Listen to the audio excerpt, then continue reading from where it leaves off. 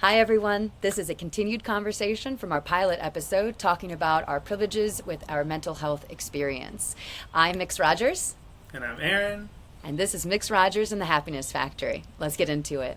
So my friend, Aaron, we were getting into this pilot one. What's up? We were talking about our specific, immediate, obvious privileges, as well as starting to get into our mental health experiences, our mental health journeys in this last episode. But I want to pick back up to where you were talking about, because you've had quite a journey and quite a fascinating experience with where you've actually gone with it. So I'd love if you want to jump right back into that. Yeah. So if we're looking at privilege and obvious privileges that someone like me would hold, just looking at me and knowing the society that we're living in, at least in the U.S. and in many places in the world, I would hold as a white male some obvious privileges. But the kind of thing that I would like to talk about is that under the surface, I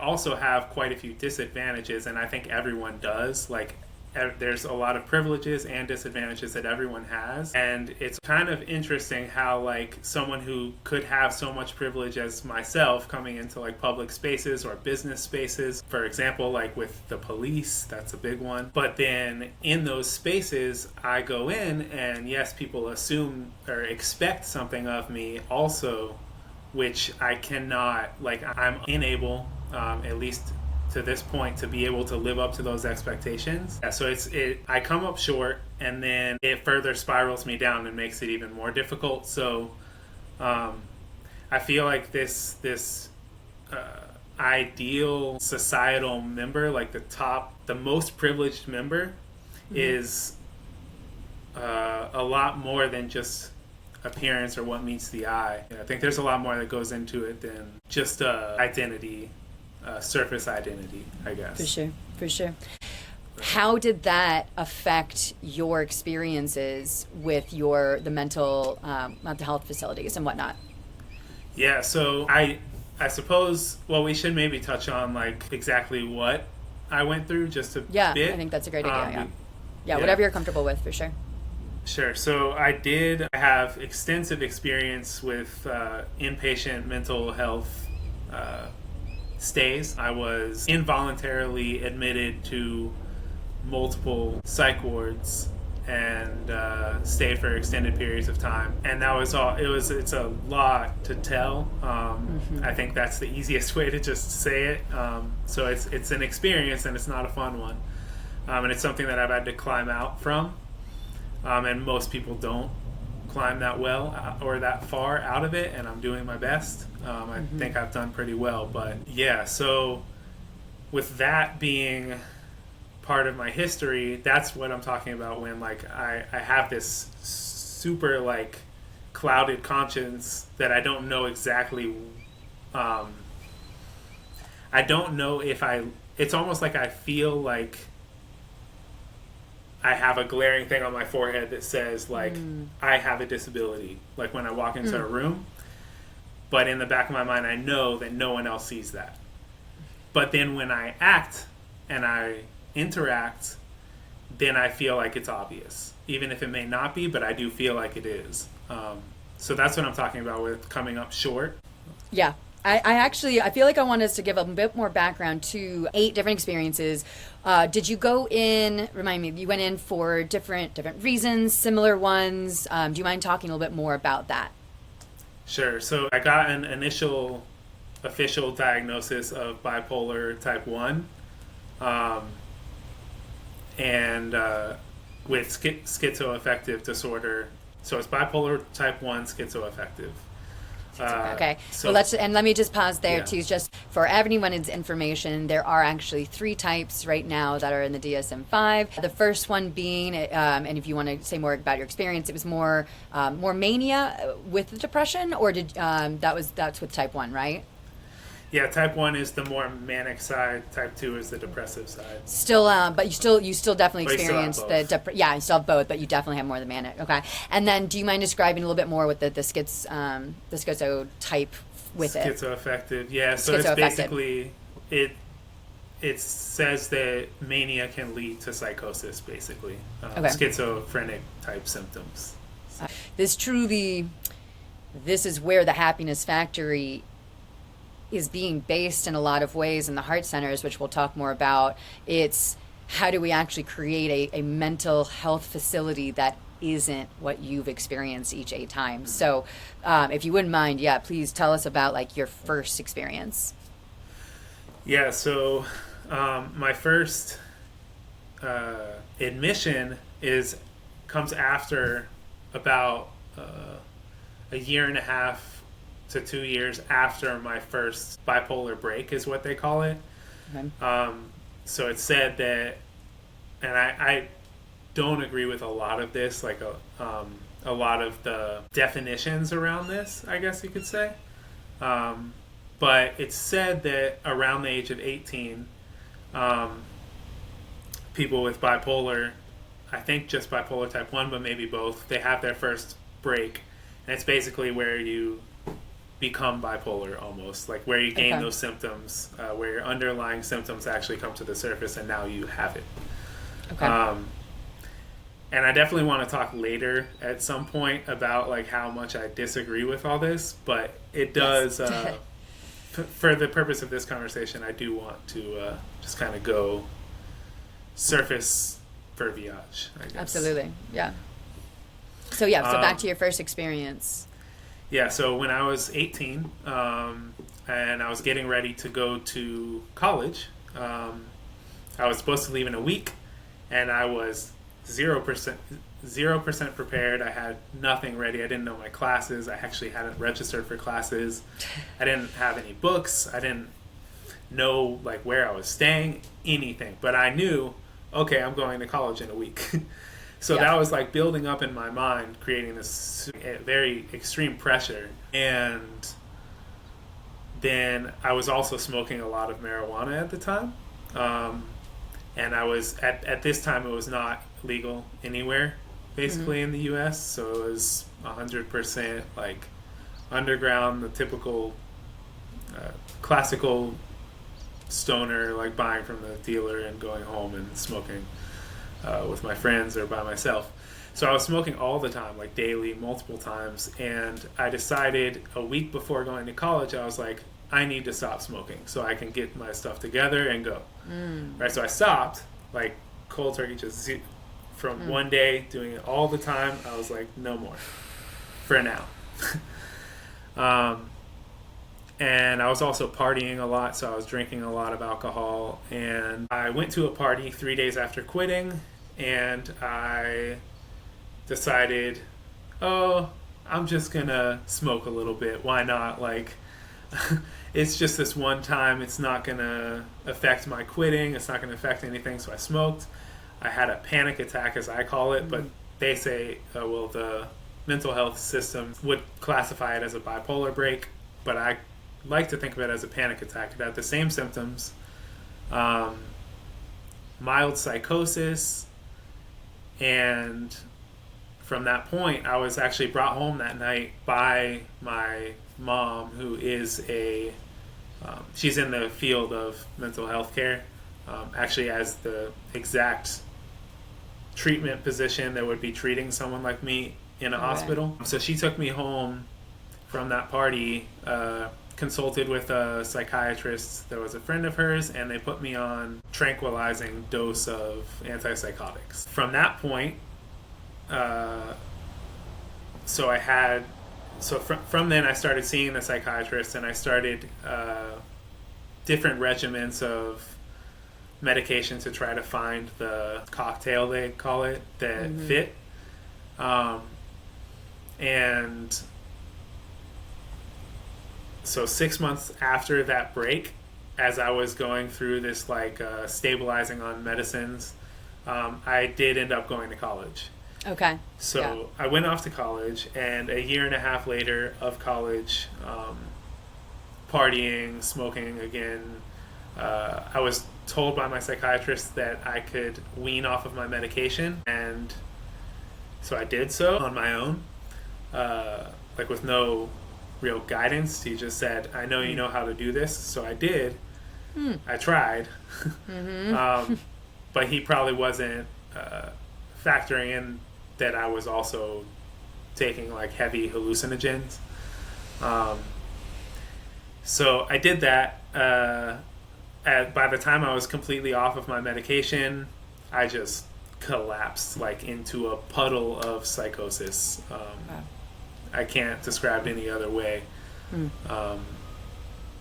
And my 3 best friends who I lived with, they were friends from childhood, and we all went to college together. We were living in a house together, and I didn't get out of my bed for 3 days. After probably a week of just really like losing it, walking around town, talking to myself, thinking I was hearing speakers talking to me, like speakers, like audio speakers in the city just set up to talk to me.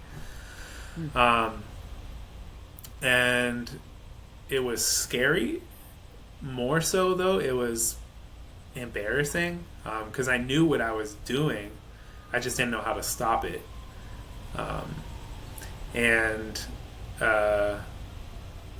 But then, yeah, so I ended up in bed for 3 days, not eating, not drinking, not taking medicine. Culminated in just like staring at the ceiling fan light above me and just talking to it, like having a full-on conversation with aliens, the government, everyone in the world.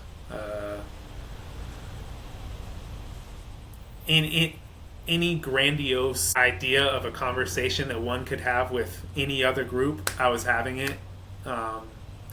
At least I thought I was. And so my friends called my mom again, and she came, and I got admitted into a mental hospital for the first time then. Okay. And this was actually a week after I don't know if I guess honestly I feel comfortable talking about any like past drug use or anything. Yeah. I don't know if that's... Yeah, ditto. Oh, no, for sure. I think it's incredibly important for us to talk about what we've done in the past, what I still do to manage it in the present as well. So, no, absolutely. So you said that was the first one, involuntary? First one I was not admitted.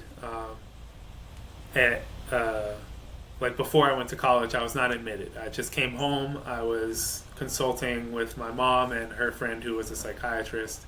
Okay. And I was just staying home. Right. But then from college, from that puddle of psychosis where my mom came down and I was admitted, that was involuntary. I definitely didn't agree. I knew somewhere in me that if I could be left alone, because I was also being checked on this whole time, like I knew people were paying attention to what I was doing. I was like, if I could just get some space, I could snap out of this and just go back to normal is what I was very confident of. And so I did not agree. There's really no agreeing though in an involuntary admission. I mean, the police and the fire department and EMS, they all come at the same time and walk in on you wherever you are, and they're like, you're coming with us. So it's not like, wow, that seems overwhelming and stressful. Yeah, it was. So you got swarmed with individuals. Yeah, that sounds absolutely terrifying. And then what do you ride in the back of like an ambulance to the facility?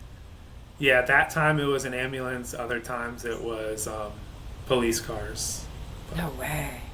Yeah. Wowzers. All right, and so you walk in, because you've told me about a few of your experiences, but create us a picture here.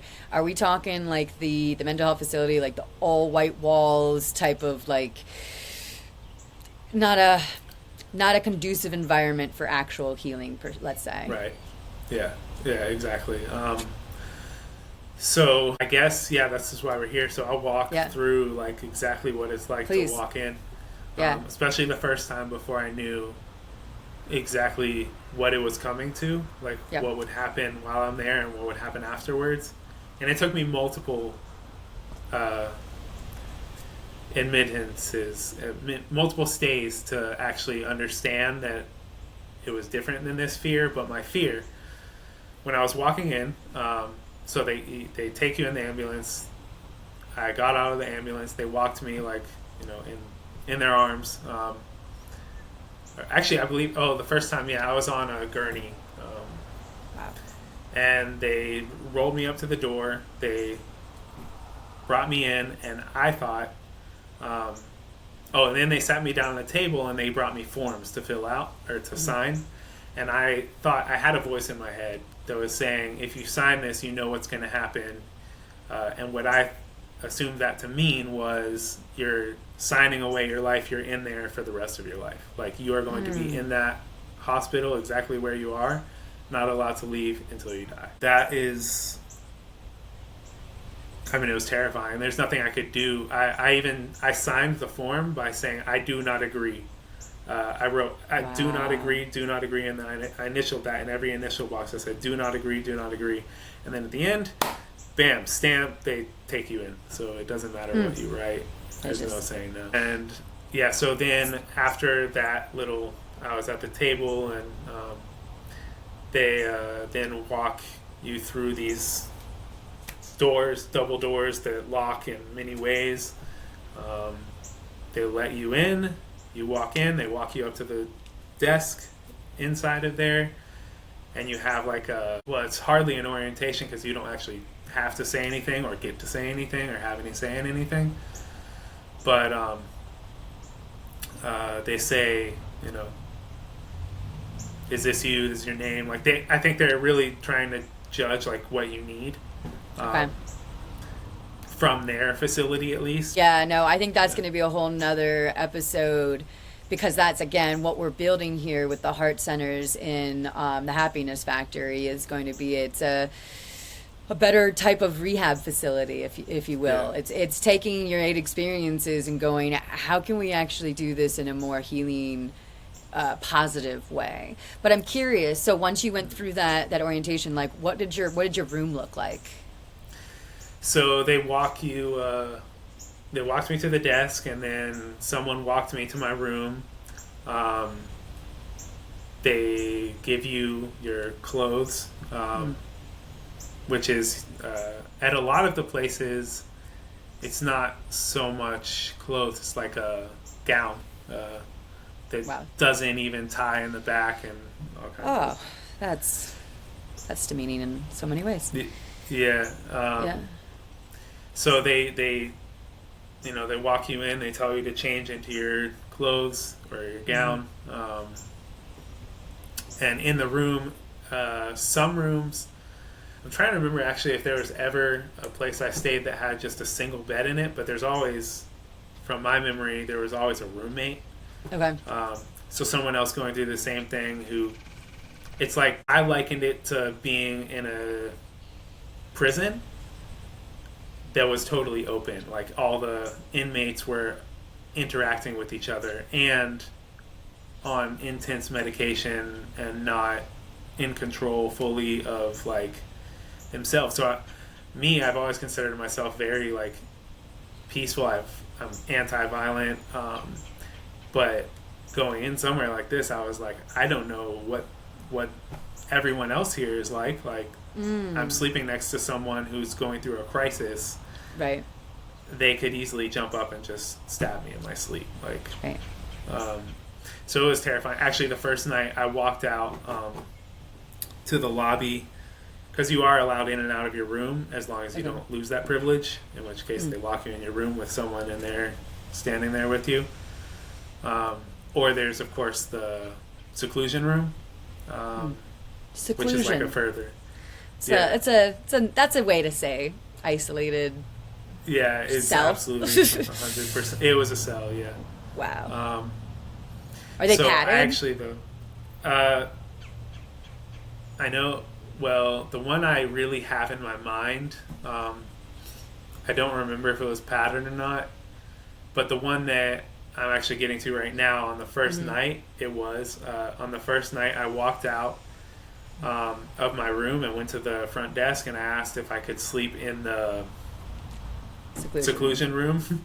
Yeah, because I'd rather that than sleep in somewhere surrounded by people I don't know.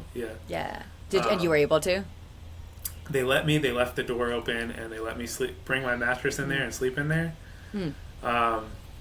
I urinated, like I peed all over myself in my sleep and I didn't realize I was so scared. With the front of my mind, I was like, no.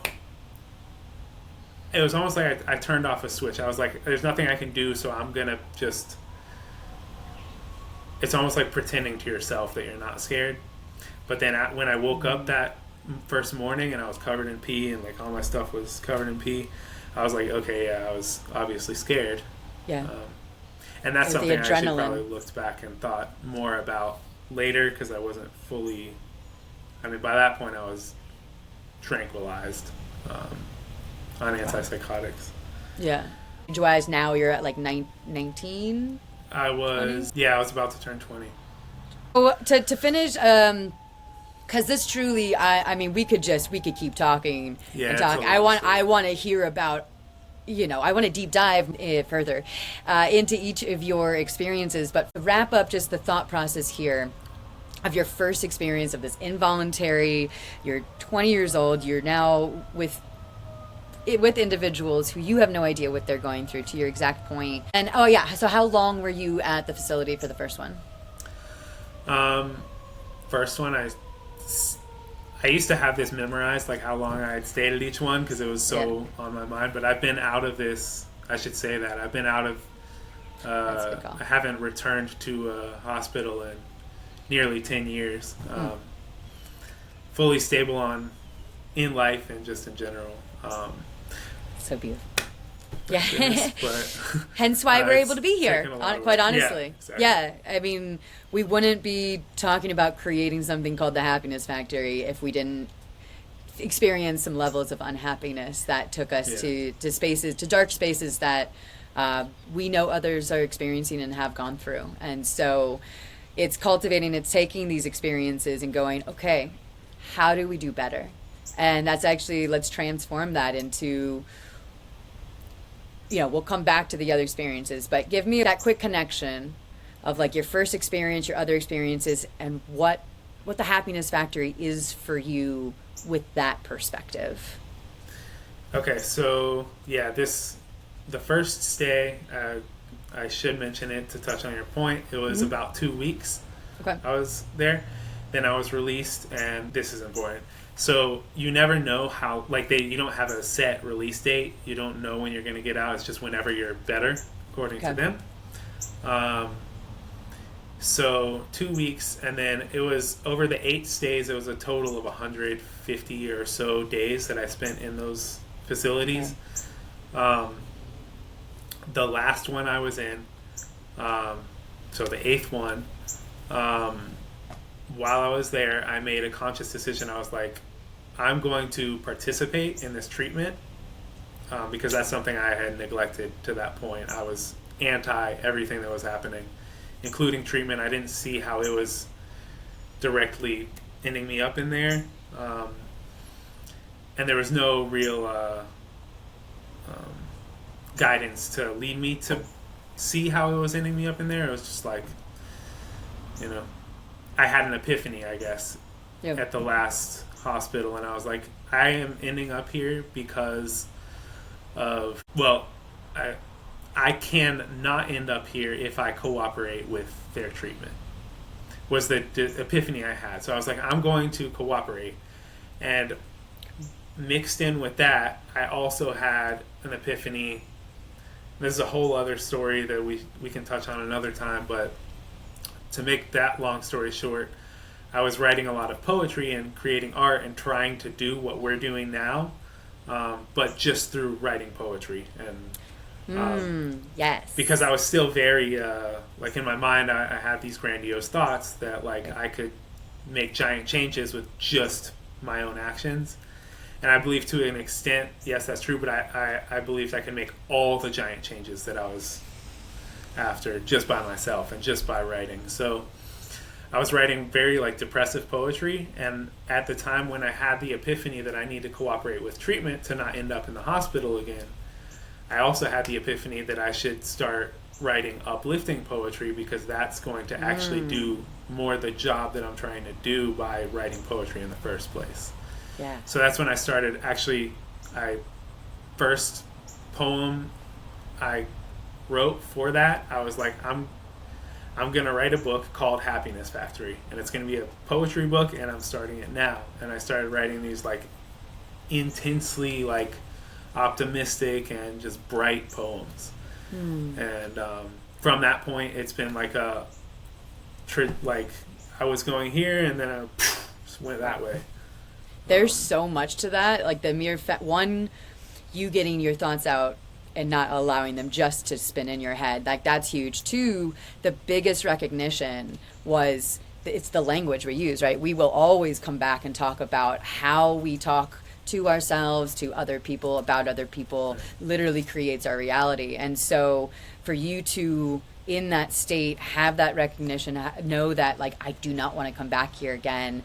And that not only helped, but it's brought us here. It's brought us, and which I, by the way, cannot wait to actually hear this poetry, and we'll have that soon. Hopefully we're going to get some recording of your poetry, because we definitely want to share, what you did write and what you wrote after that. But what's interesting too, to please, if you have any other thoughts about, you thought this thing up, this poetry book, Happiness Factory.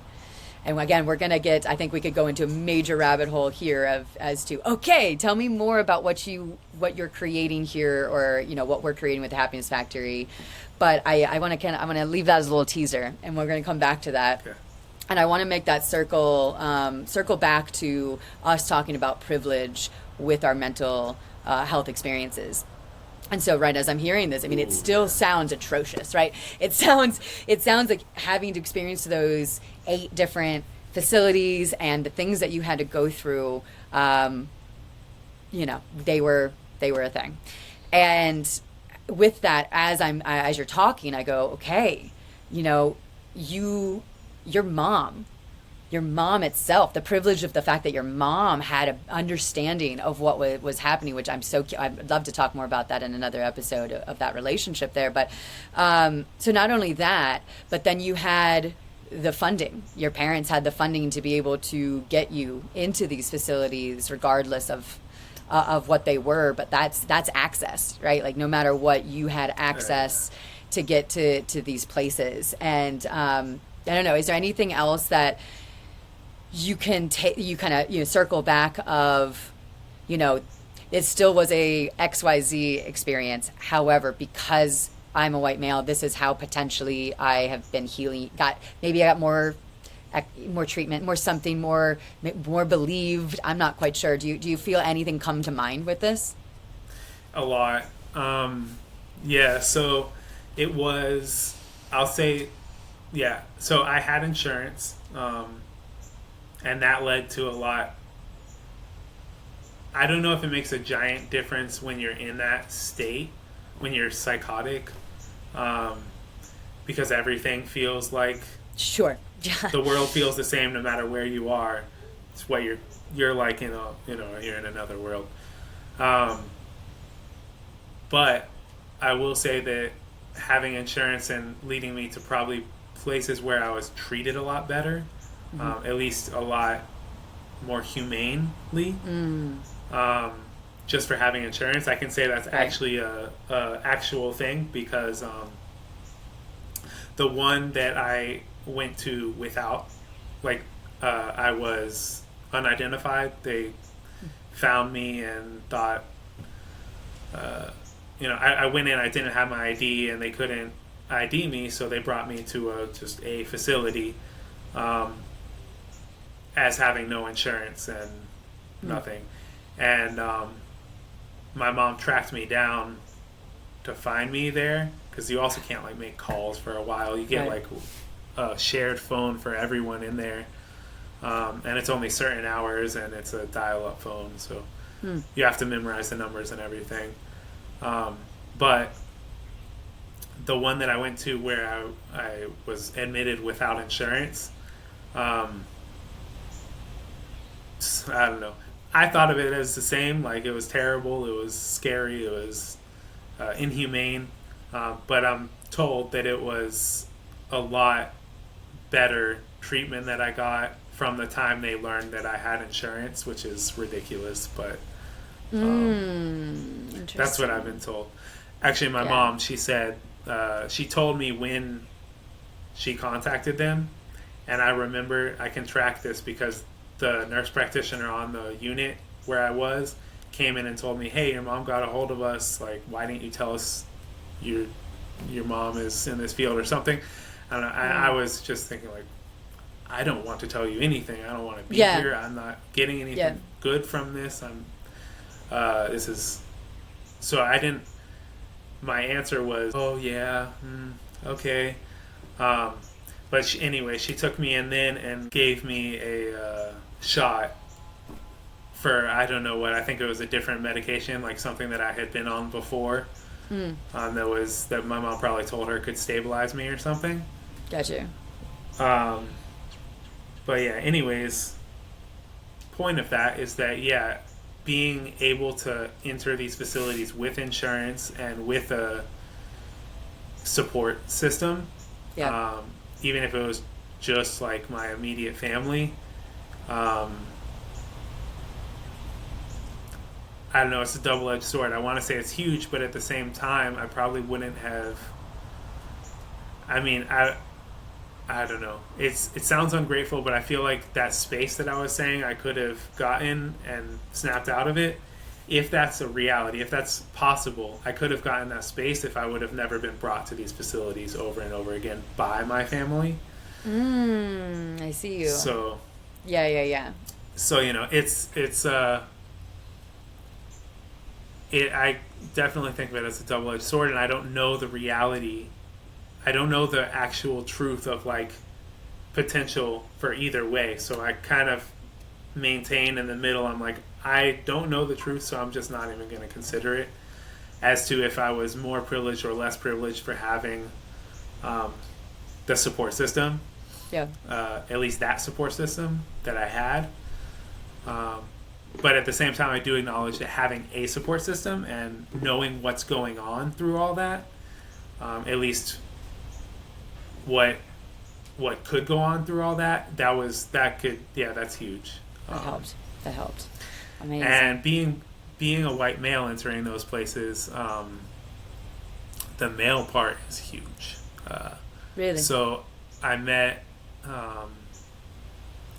well, it's all adult facilities, so I met women and non-males, let's say. Okay. And every minority demographic, honestly, like, you see it when you pay attention to that. I don't look back at those places much in terms, at least I haven't to this point, in terms of, like, the whole grand scheme. I just look at, like, what I was going through, because it's so much to wrap my head around. Yeah, absolutely. But this will give a platform for a privilege that. right there, actually. Yeah, like that's for sure. a privilege in itself, that, like, you could just focus on yourself and you didn't have those additional obstacles and barriers. But that you said it was definitely better being male than female. Anything, like, immediate come to mind for that? Yeah. So imagine you're on this ward with males and females. The females sleep on one hall and the males are on the other hall, only separated by the desk. But during the day, they all intermingle. So, imagine going in there not feeling confident that you can, like, hold your own in a fight.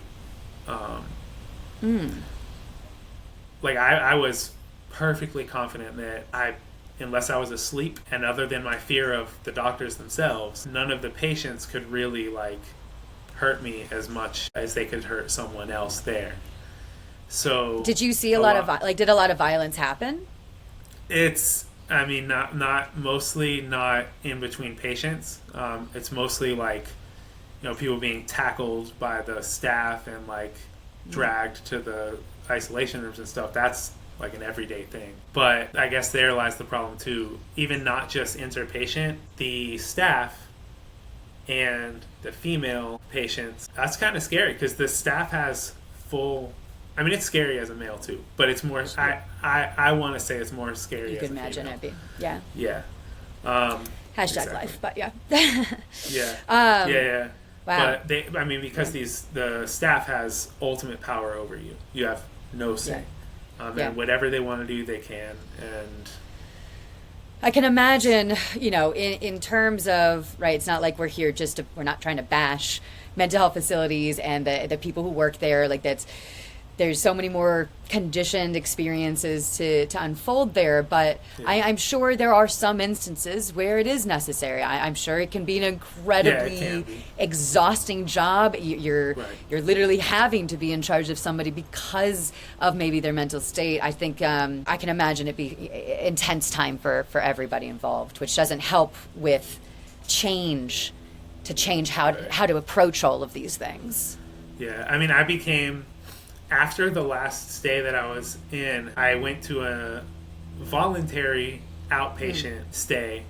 It was on the same campus, but it was like a tiered system. So after a month, you graduate to the next stage. Then after 3 months or 4 months, a maximum of 6 months, you're actually... But anyways, while I was there, I became, like, I want to say friends, but probably more friendly than friends with some of the staff, and I know that they split time between working that unit, like the outpatient, and the inpatient. And I know I've talked to one guy who I was really friendly with, and I saw him on the inpatient unit before I saw him on the outpatient, and I saw him wrestle someone down in the inpatient unit, and what he said was, you're the one who wanted to be here. You asked to come here. We didn't ask you to come here, and now you're acting like this. So it makes me think, like, a lot of... And he was a tech. He wasn't like a nurse or a nurse practitioner or a psychiatrist. I'm thinking, honestly, a lot of the techs, it's just a job to them. I actually almost became a tech at some point because I was like, I need a job. I know the field. I could probably do it way better, and with more sympathy for having that experience myself. But of course, it's just a job. I don't think they have proper training, if it's even available, to do much more than just keep the relative peace on the psych ward. So. And I'm also assuming there's never enough people employed. They probably do working countless overtime hours. Like it's putting a strain on like it. What came to mind right there was the Zimbardo experiment, where they had students go in as prisoners and prison guards and had them stay there, and how that actually affected both parties. And so I could imagine there's also something very similar, experiences like that happening. Yeah. I mean, I don't think that the it's, I guess, to wrap up my whole intro to the story, is that I don't hold anything against the staff, but as a patient, they seem the enemy. Like, when you're in there, they are scary, they have the power over you, and all they did is sign up for a job. Right. Where, as the patient, you didn't sign up to be there. You didn't employ them, but they're taking literally care, like everything for you. They're doing all things. Yeah. Wow. Well, that was so insightful. My brain is just noodling and chewing on all the things, and I know we're gonna have another continued conversation. I mean, that's all right. This is all a to be continued, and how we build towards the better day using our experiences and what we've gone through. And so thank you for your vulnerability. Thank you for being open and sharing these things. It truly makes it possible for us to go, okay, how do we actually make change with these huge, very important systems that are currently in place? Yeah.